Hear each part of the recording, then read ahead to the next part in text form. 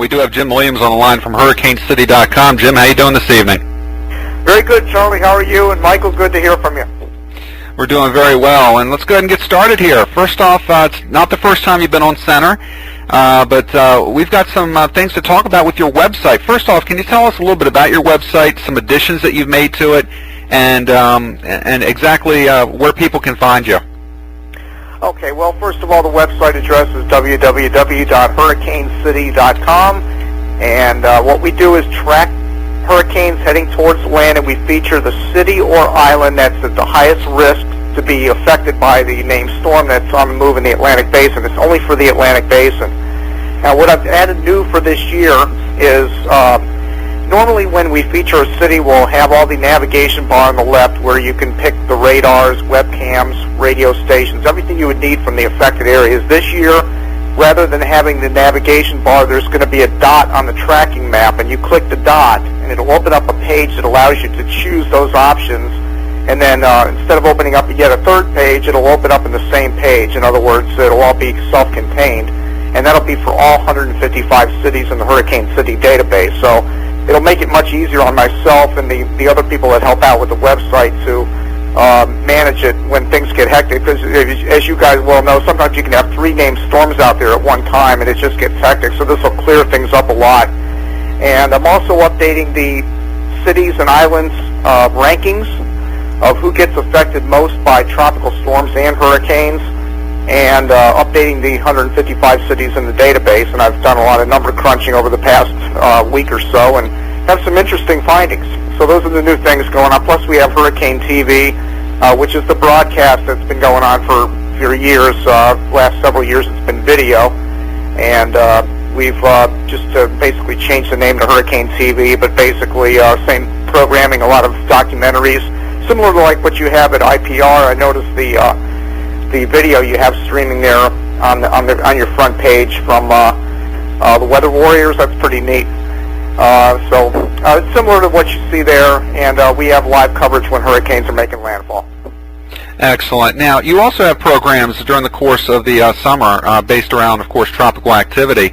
Can you tell us a little bit about that, and also tell us about what makes your site unique from everybody else's? Well, the tropical programming is usually if there's a significant hurricane threatening land, we'll cover it for a day or two before it even makes landfall. Usually do a nightly show and take telephone calls and answer questions about what statistical,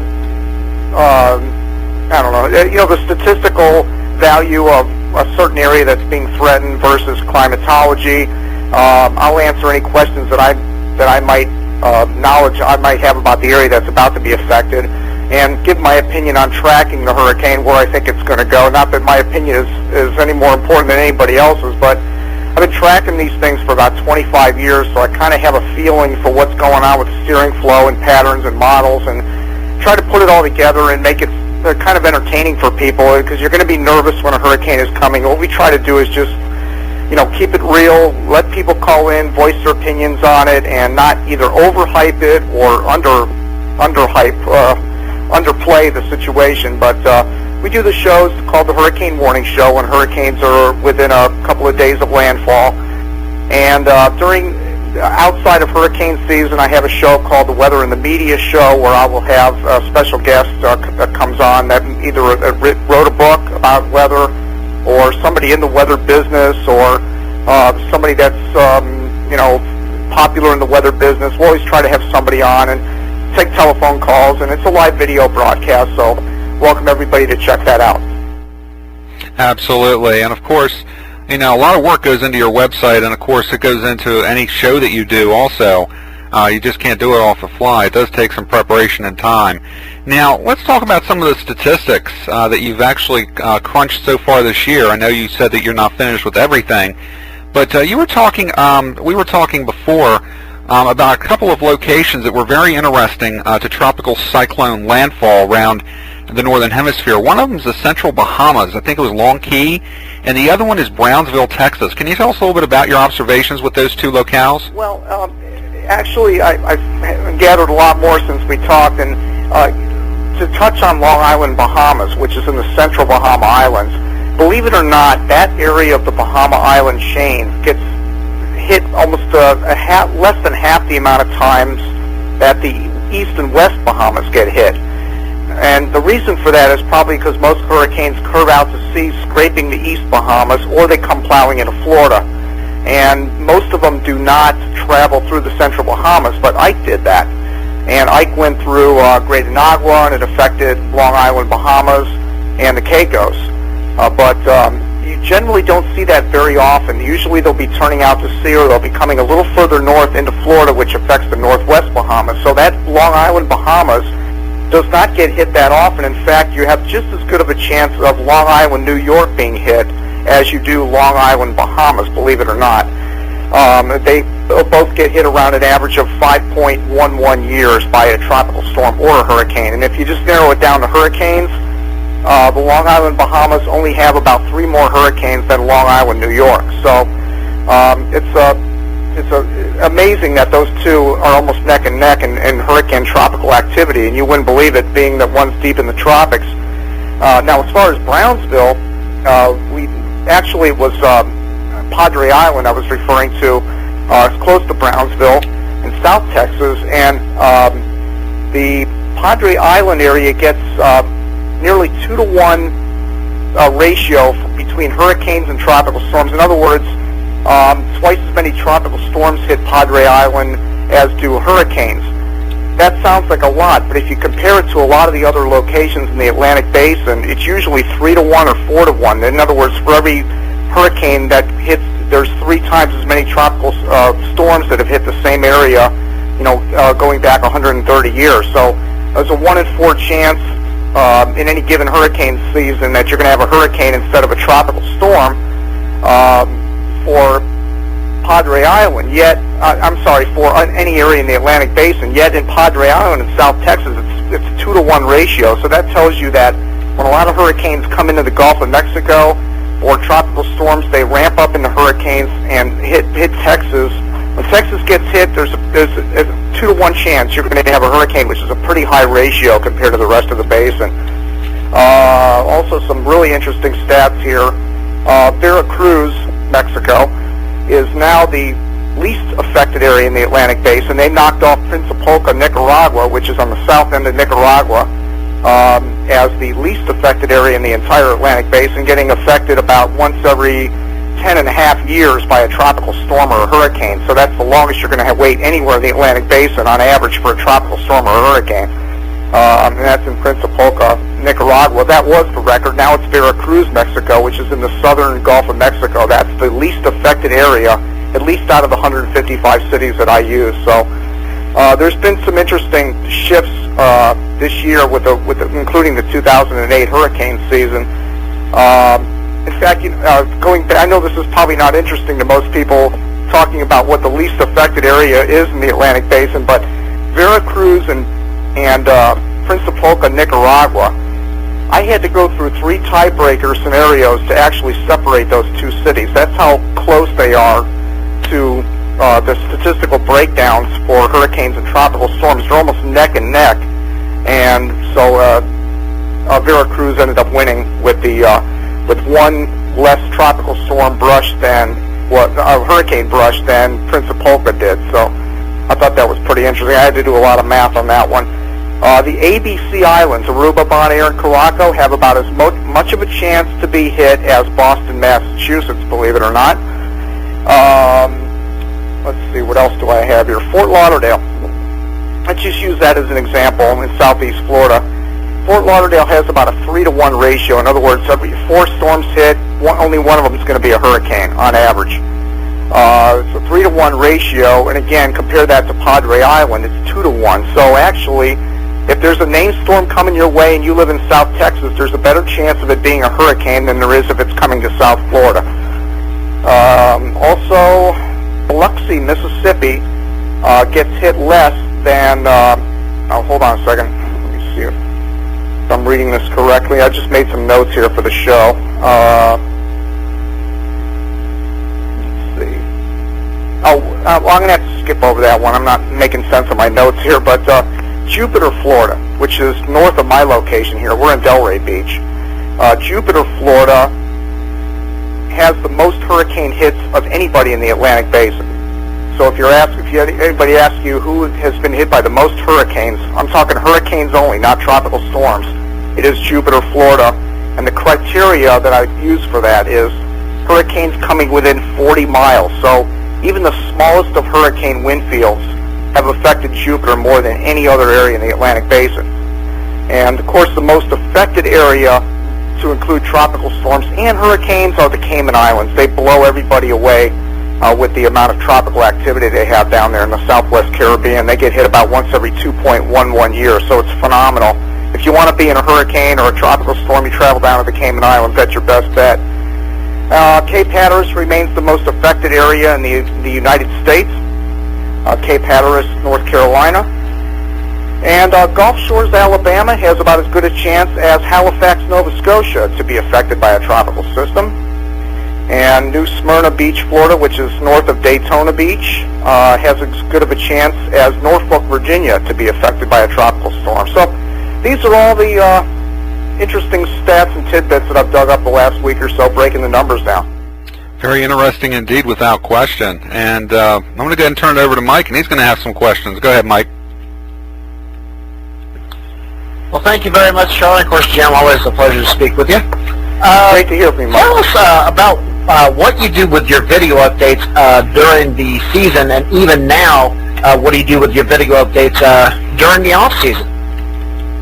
Well, the tropical update videos during the hurricane season, I try to update those twice daily. Sometimes in the morning and then usually in the afternoon. Now, this is if there's a significant threat out in the Atlantic Basin. If there's an Ike or an Andrew situation or something like that, I will update it maybe even 3 times a day if it's a real serious situation. And what I do on these tropical update videos, they usually last about 5 to 10 minutes. And I'll try to show people satellite images, radars, statistical breakdowns, webcams, whatever there is to see from the affected area. I'll try to give people information on what the models are saying, what the best performing model has been up to that point, and I'll try to include those in those tropical update videos on a daily basis during the season. And during the off-season, I only update it about once every month or so because there's really not a lot to report. We're just doing updates at Hurricane City, trying to give people an idea of the changes that are coming and that sort of thing. And so, it is, like you guys do with your shows, there's a lot of work involved with that. You're trying to get the images straight on the screen and trying to get information, so it does take a lot of time. And believe it or not, I've sometimes had to do like 25 takes on those. I'll do an update, and then I'll mess up at the end, so I said instead of editing, I'll just do it over again. But it can be, sometimes I get it right the first time, sometimes I do it 20 takes to get a video right, so it is a lot of work. Oh, I hear you there. I find myself having to do that when I do the Central Indiana weather updates here for pod weather and stuff. Yes, it can be very, very frustrating, very time consuming. And Jim, I am curious. What do you use to make these? What file format do you use? Are they available on iTunes or anything where people can see them? No. What I do is I use a program called MX Flash, and I make the Flash videos with that. So we encode it with the Windows Media Encoder, which is what I do the live video with, and then the video will be edited in the MX program and uploaded to my server. So it's not really available any place other than Hurricane City. Okay, I got it. So it's basically a Flash-based thing. Oh, it's pretty interesting. I mean, you did a very good job on them. I think you really get to the point and really get people what they need on those videos. You do a very, very, very good job on this, Jim. Well, thank you. Now, this section on your website I found one of the most interesting, to be totally honest with you, and it caught me off guard with some of the information on here. And the section on your website is, how large was it? Briefly, on this site, you put, on this part of your website, you put some info in there about Hurricane Ike.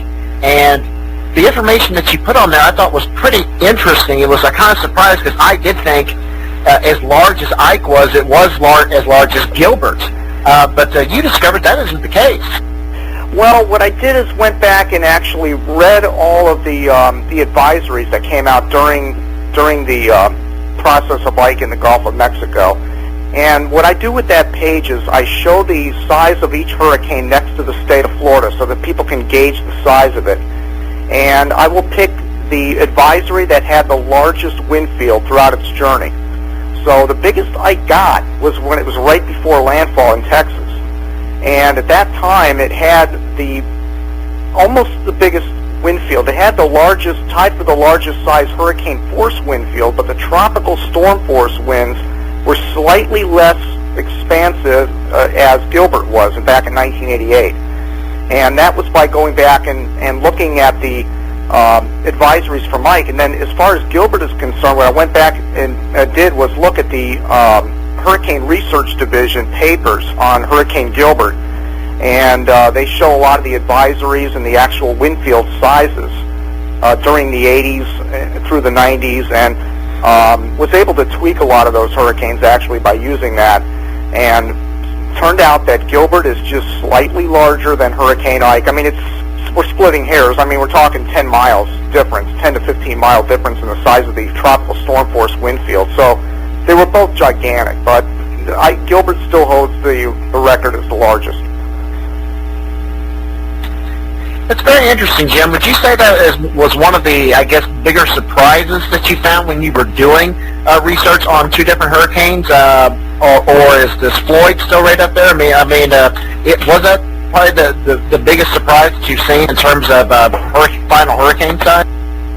Well, I don't believe I have Floyd on the list for the how large was it page, because what we try to do is keep it to hurricanes that were major, significant hurricanes at landfall that were, obviously, not to say that Floyd was huge, make no mistake about it, but you could argue whether Ike should even be on the list, because most of these hurricanes in here are major when they made landfall.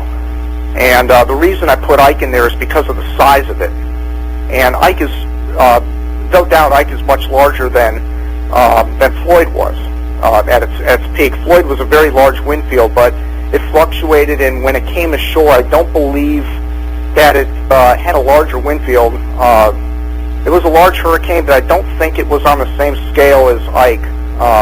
I could be wrong on that, but I don't think it was on the scale of Ike. And of course, hurricanes, when they get up in the around 35 to 40 north, they start to expand naturally. So that also is a little bit of a misleading factor. We try to keep the sizes of these hurricanes strictly for purely tropical hurricanes that are down there in the tropics, And I know Ike, you could say, well, Ike was up there around 30 north at one point when it was making landfall, but at the same time, it's in the Gulf of Mexico, and I don't know, it is kind of a dicey situation. Actually, interesting, that you asked that question, because there were a couple of fish storms that were larger than these storms, Ike and Gilbert, but they never made landfall, so they did not make the criteria for. These are landfalling hurricanes that had these sizes, and they may not have been that size when they made landfall, but at some point before they made landfall, they were that size. They were the largest or the expansive wind field. That's the beautiful thing about hurricanes. Information, very fascinating. Yeah, you could twist the stats any way you wanted. You could take even my database, for example, and you could use 155 totally different cities than I'm using, cities and islands, and maybe come up with some different numbers. It's a gold mine of statistics in the Atlantic Basin, and nothing is 100% perfect as far as statistical breakdown, but I think I've got it pretty, just to give people a pretty good idea of what's going on statistically, I think I've got it down pretty good. Excellent. Now also, Jim, your feature city and island section on your website has also been improved. Can you tell us about what users can expect to see there, and how you come up with your featured areas, even during the off-season? Because I noticed just on your website a couple of days ago you were having featured areas, and of course obviously it's not the tropical season, so I'm kind of interested to see how you come up with your feature areas even during the off-season. Well, during the off-season I will take requests from time to time. If somebody wants to email me, jim@hurricanecity.com, and they want to search the database and pick a city out of there that they would like to see featured, I'd be glad to put it on the front page. But again, the reason I haven't changed the featured city lately which is the current city, is the Cayman Island, is the Cayman Islands. Islands is the Cayman Islands. That's the current feature at Hurricane City. And the reason I haven't changed that in a while is because of all the updating I've been doing on the database and the rankings pages and building all those new pages that are going to be on the tracking map. So I've really been swamped, and I haven't had a chance to change cities. But the reason Cayman Islands is the current feature, excuse me, had to cough there, sorry about that.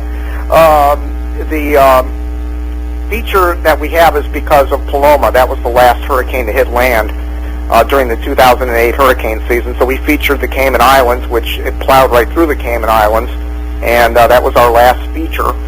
So we left it up there as the Cayman Islands. And again, you know, when a hurricane is on the move, whatever area we feel is at highest risk based on model data,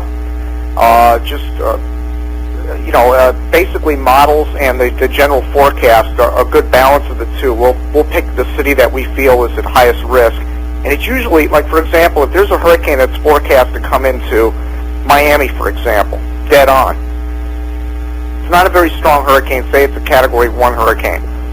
We may feature Hollywood, Florida, because they're going to be on the northern quadrant, and if it's moving west-northwest, it may just miss Miami, and it might head further up towards Broward County. So we will feature the city that even though the Hurricane Center says otherwise, we may decide, you know what, Hollywood's going to get the worst out of this.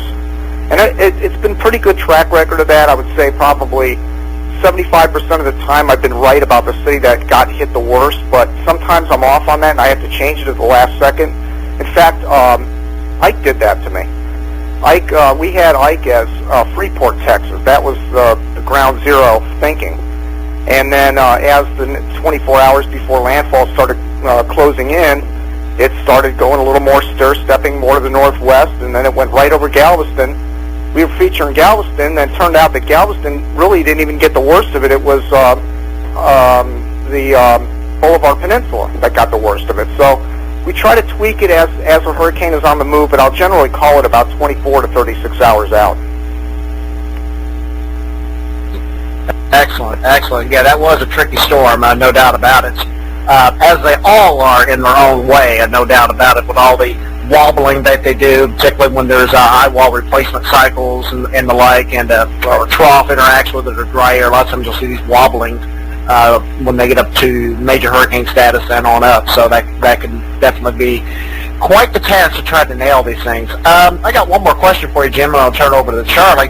Tell us about your plans for this upcoming season, when you'll be on the air, and what your website will show when we come into the season, which of course starts June 1st. Okay, now the front page, normally you see the navigation bar to the left with the current featured city. That will be no more, and there will be the tracking map with the red dot on it showing the featured city. When you click on the red dot, it'll take you to a separate page that'll have all the cams, radio, radar and radio stations. And a lot of people have been requesting this because they like to click around on that tracking chart and see all the cams in all the different locations. And I would only show it on the front page when I featured that particular island or city, and people were kind of frustrated with that. So I figured, let's just open it up to the public, let everybody see all the cities and all the cams and radars and radio stations and everything, and make it all clickable off the map. So the navigation bar won't be there anymore. There'll be a new design, slight different design. It'll be more text, more of my commentary will be at the top of the website. We're going to have more thumbnail images of the tropics, such as models and sea heights and sea surface temperatures, things like that. There'll be more thumbnails around the tracking map for people to click on. And as far as the broadcasting stuff, I do my hurricane season kickoff show on June 1st, and that's when I make my city picks. Every year I pick the cities and islands I feel are at high risk to be affected by a tropical storm or a hurricane. And I've done very well at this. About the last 5 or 6 years, one of my top 5 cities has been impacted by a significant system, usually every year.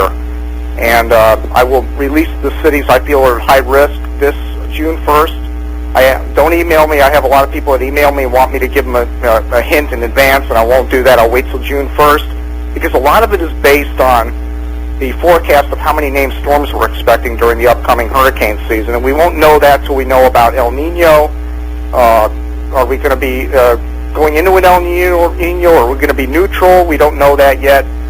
So there's a lot of things that have to be sorted out. You know, Dr. Gray and Phil Klotzbeck come up with their numbers, and so does NOAA. So I wait to see what everybody says, and then I go ahead and start crunching and come up with my cities. But I really hope we have an El Nino this year, because it'll prove my system works, and that is slower seasons, generally different areas get hit than they are during busy seasons. So if we have a strong El Nino, it's going to be fun for me to see if my number crunching works.